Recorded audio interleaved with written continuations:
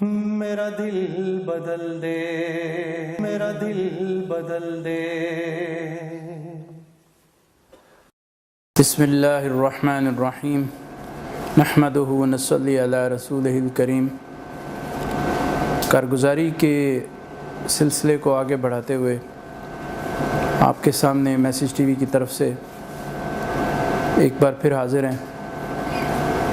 یہ انگلینڈ کی کارگزاری ہے جہاں پہ میں ایک مسجد ہے وہاں سے میرا رابطہ رہتا تھا، نمازیں ادا کرتے تھے اور ساتھیوں سے ملاقاتیں ہوتی تھیں۔ تو ہماری مسجد کے ایک ایگزیکٹو کمیٹی کے ایک ممبر تھے، انہوں نے مجھے بتایا کہ ایک ملاقات آپ کے لیے ہم نے رکھی ہے۔ وہ ساتھی آئے ہیں امریکہ سے، تو آپ ان سے ملیں۔ تو محمد شکیل ان کا نام ہے، غالباً ہیوسٹن ٹیکسس سے وہ کوئی ٹریول کر رہے ہیں، انڈیا کی طرف جا رہے ہیں۔ تو میں نے ان کو اپنے گھر دعوت دی، وہ آئے، تشریف لائے، نوجوان تھے۔ تو میں نے پوچھا آپ کہاں سے آئے ہیں؟ انہوں نے بتایا میں ایک جماعت کے ساتھ، ہم ٹیکسس سے ہماری 2 جگہ تشکیلیں ہوئی ہیں، ایک تو ہماری جمیکا میں تشکیل ہوئی ہے اور وہ ہم کور کر کے تو اب ہم انڈیا کی طرف جا رہے ہیں۔ تو راستے میں ہیتھرو ایئرپورٹ سے ہماری ٹرانزٹ تھا، تو میرے ساتھی جو ہیں ان کو نیکسٹ فلائٹ مل گئی، مجھے کسی وجہ سے میں رک گیا، مجھے فلائٹ نہیں مل سکی، تو مجھے 1 دن کے بعد ملے گی، تو اس لیے میں ایک رات کے لیے یہاں پہ آ گیا ہوں۔ تو میں نے کہا آپ یہاں تک کیسے پہنچے؟ تو بڑی عجیب بات انہوں نے مجھے بتائی، کہتے ہیں جب میں ہیتھرو ایئرپورٹ پہنچا تو جمعے کا وقت قریب تھا، تو جو مجھ سے انٹرویو لے رہی تھی وہ سکھ فیتھ کی لڑکی تھی۔ تو میرا حلیہ جو چونکہ دیکھ کے اس کو پتہ چل گیا میں مسلمان ہوں، تو مجھے پوچھنے لگی کہ آپ مسلمان ہیں؟ میں نے کہا جی الحمدللہ۔ تو کہنے لگی آپ کا جمعے کا وقت ہو رہا ہے؟ میں نے کہا ہاں جمعے کا وقت ہو رہا ہے۔ انہوں نے کہا آپ کو پتہ ہے مسجد کدھر ہے؟ میں نے کہا نہیں مجھے نہیں پتہ۔ تو انہوں نے مجھے گائیڈ کیا کہ یہاں پہ ہمارے ہیتھرو ایئرپورٹ پہ ایک جگہ بن گئی ہے جہاں پہ کہ مسلمان اپنی جمعے کی نماز ادا کرتے ہیں۔ میں اتنا حیران ہوا کہ میں آج سے کچھ سال پہلے بھی ہیتھرو پہ آیا تھا، تو مجھے تو اس طرح کی کوئی چیز نظر بھی نہیں آئی، نہ کسی نے انڈیکیٹ کی، لیکن یہاں یہ اب ماشاءاللہ اتنی ترقی ہو گئی ہے کہ الحمدللہ اب بات یہاں تک پہنچ گئی ہے کہ وہ دوسرے فیتھ کی ہے لیکن اس کو پتہ ہے کہ مسلمانوں کے لیے مسجد موجود ہے۔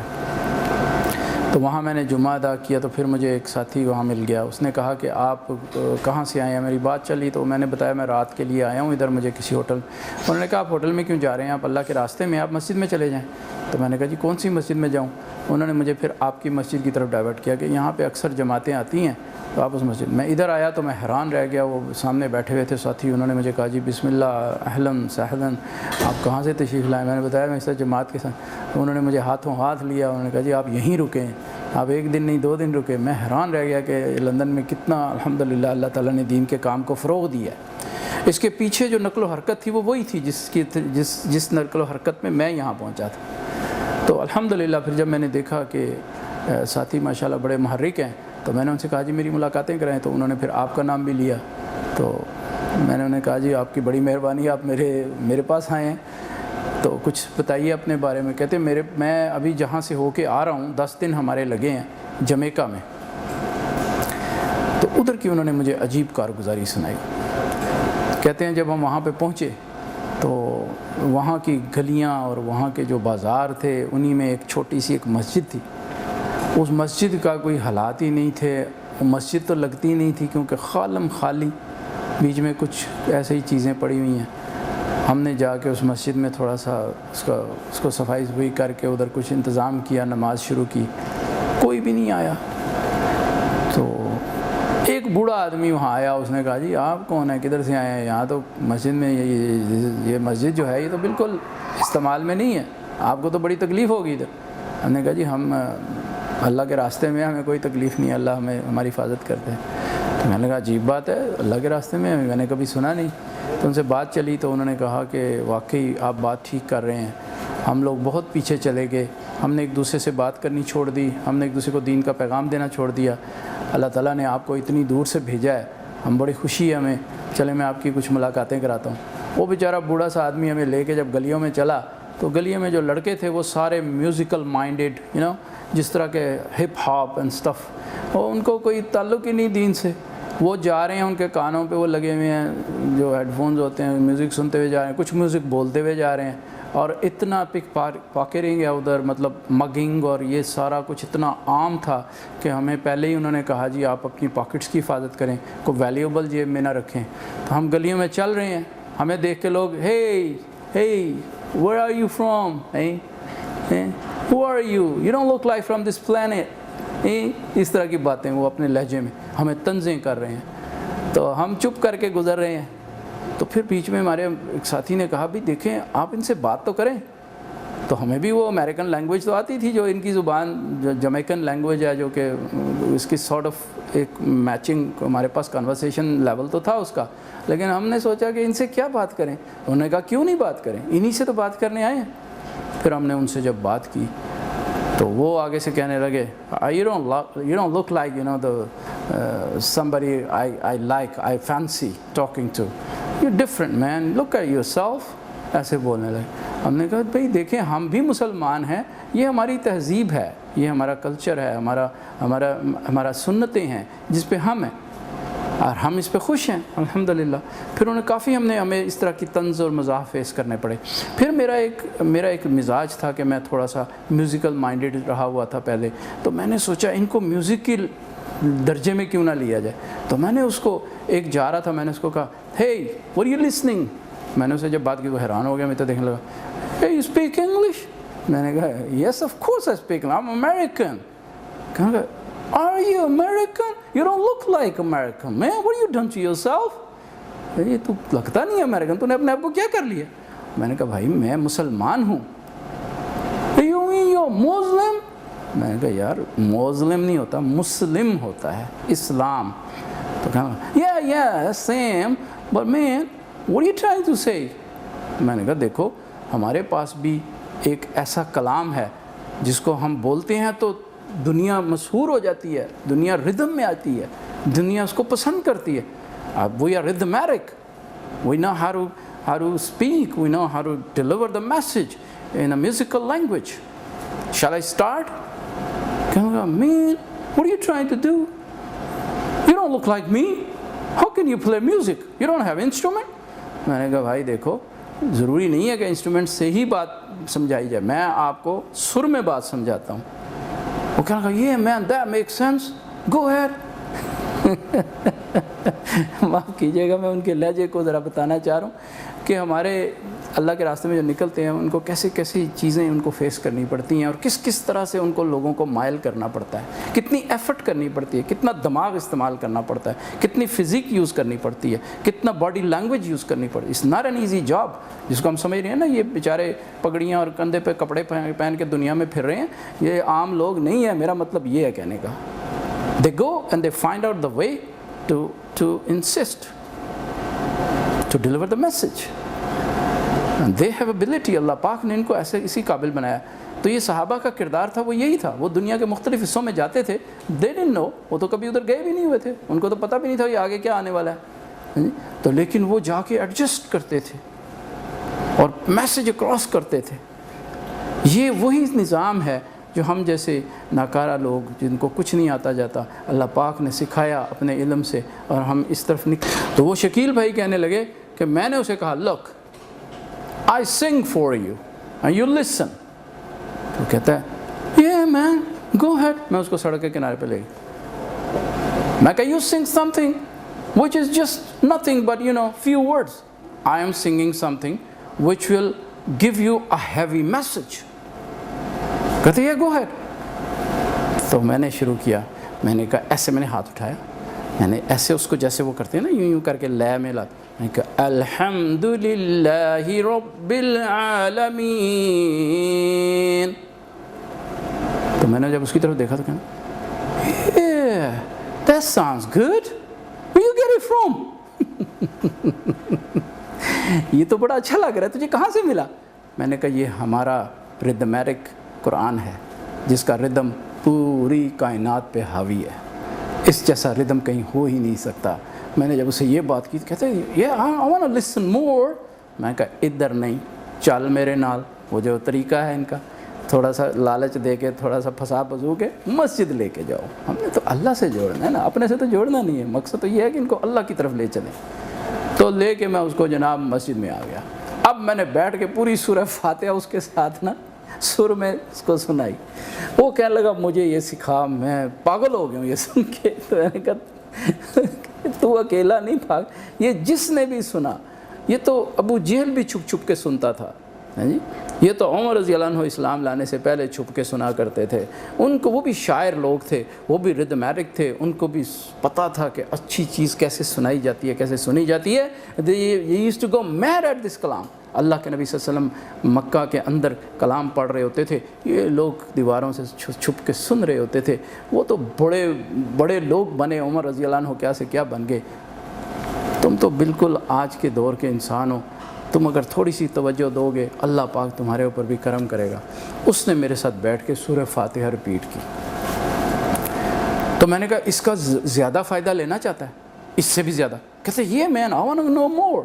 تو میں نے کہا اچھا تو ایسے کر، تو میرے پاس ہی بیٹھ، میں تجھے بتاتا ہوں اس میں ہم کہہ رہے ہیں، میسیج کیا ہے۔ پھر میں نے اس کو میسیج دیا، میں نے بتایا، ٹرانسلیٹ کیا کہ سورہ فاتحہ۔ کہتے مین this is great, so please can I join you guys? I mean, I just love to stay with you. I just love to be with you. I don't have nothing to do. میرے پاس تو کوئی کام نہیں، میں ایسے ہی بس ہلتا جلتا رہتا تھا گلیوں میں۔ تو ہم نے اس کو الحمدللہ وہاں پہ سکھایا، پڑھایا، بٹھایا، ہمارے ساتھ جڑ گیا۔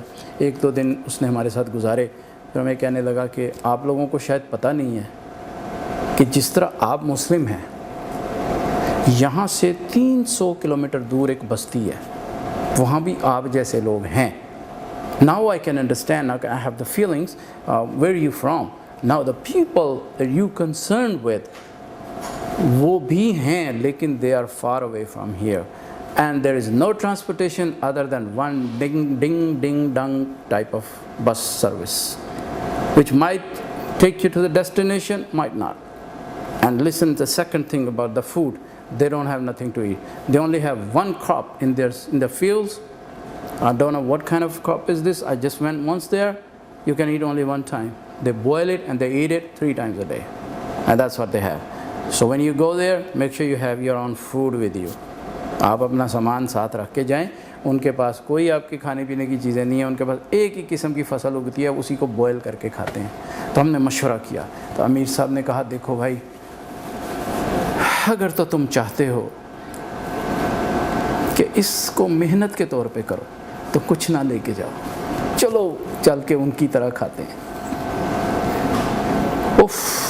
ہمارے اوپر بہت بڑا امتحان آنے والا تھا کہ ہم ہیوسٹن ٹیکسس سے بلانگ کرتے تھے، اپنی مرضی کی سٹیکس کھاتے تھے، اپنی مرضی کی روسٹ کھاتے تھے، اپنی مرضی کی بریانیاں کھاتے تھے۔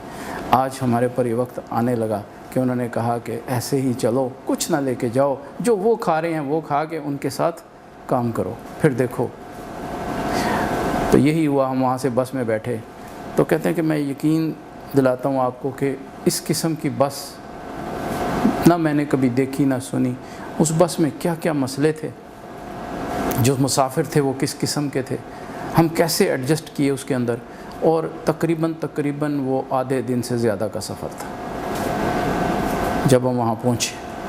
لیکن وہ رہبر ہمارا الحمدللہ اس نے ایسی ہمارے ساتھ مدد کی، وہاں پہنچ کے اس نے لوگوں کو بلا لیا، اس نے کہا آؤ دیکھو یہ کون ہے۔ تو الحمدللہ ہمارے پاس 6-7 دن جو تھے وہ ہم نے وہاں پہ لگائے، اور ہم نے وہی سبزی جو وہ کھاتے تھے وہی کھائی، اور اللہ کا شکر ہے اس پوری بستی میں ایک میسیج پہنچ گیا۔ انہوں نے کہا ہم تمہیں جانے نہیں دیں گے، ہمیں تو سب کچھ پتہ چل گیا ہے، ہمیں تو کلمہ بولنا آ گیا ہے، ہمیں تو نماز پڑھنی آ گئی ہے، ہمیں تو پتہ چل گیا مسلمان ہیں، اور اللہ کے نبی آخری نبی ہیں، ان کے بعد کوئی نبی نہیں آنے والا،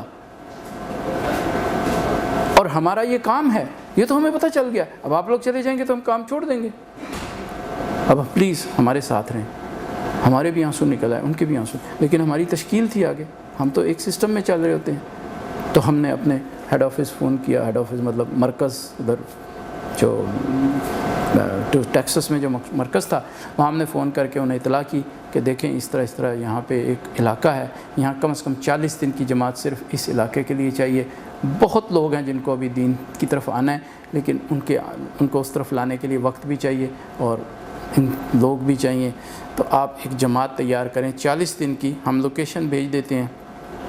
اسی طرح دنیا میں کام ہو رہا ہے کہ وہ لوکیشن ہم نے ان کو بھیجی، ہم وہاں سے نکل آئے. تو وہاں سے نکلے تو آگے ہمارے پاس یہ ہیتھرو ایئرپورٹ میرے پاس، میں ادھر سے نکلا تو میری فلائٹ جو تھی وہ ہیتھرو سے ہو کے جو نیکسٹ کنیکٹنگ تھی وہ مجھے ملی نہیں، وہ میرے ساتھی چلے گئے، میں یہاں رک گیا. شاید مقصد یہی تھا کہ آپ تک یہ پیغام پہنچ جائے اور آپ یہ سمجھ جائیں کہ ہم اللہ کے راستے میں جب نکلتے ہیں تو کیسے کیسے موقعوں پہ ہمیں کیسے کیسے حالات فیس کرنے پڑتے ہیں اور پھر اللہ کی مدد کیسے آتی ہے. تو پھر میرے ان سے اسی طرح اختتامی کلمات ہوئے، میں نے ان کو گلے لگایا. میں نے کہا اتنا بڑا کام آپ سے اللہ نے صرف 10 دن میں لے لیا ہے، آگے 30 دن آپ کے اور ہیں. جو ہندوستان میں آپ جا رہے ہیں بستی میں، وہاں مرکز ہے بستی نظام دین، وہاں آپ جا کے اللہ آپ کو پتہ نہیں کیا کیا کام لے گا. میری تو دعا ہے کہ جیسے آپ کام کریں اللہ تعالیٰ ہمیں بھی اس کی توفیق عطا فرمائے. تو آج کی جو کارگزاری تھی اس کا مین مقصد یہی تھا کہ اس طرح جو نکلتے ہیں اللہ کے راستے میں، اللہ ان سے کام لیتا ہے اور وہ دکھاتا بھی ہے کہ دیکھو یہ کام ہو گیا ہے. تو ہم بھی اس راستے کو اپنا راستہ بنائیں اور ہم بھی اس میں تھوڑا بہت اپنا حصہ ڈالیں. جتنا ہمارے پاس وقت ہو اتنا تو ہم لگائیں، اللہ کے خزانوں سے اور وقت بھی آ جائے گا. تو انشاءاللہ اگلی کارگزاری کے تک آپ سے اجازت چاہتے ہیں. سبحان اللہ بحمدہ، سبحانک اللہم بحمدک، اشہد ان لا الہ الا انت استغفرک واتوب الیک. سبحان ربک رب العزت عما یصفون وسلام علی المرسلین والحمد للہ رب العالمین. السلام علیکم ورحمۃ اللہ وبرکاتہ. میرا دل بدل دے، میرا دل بدل دے.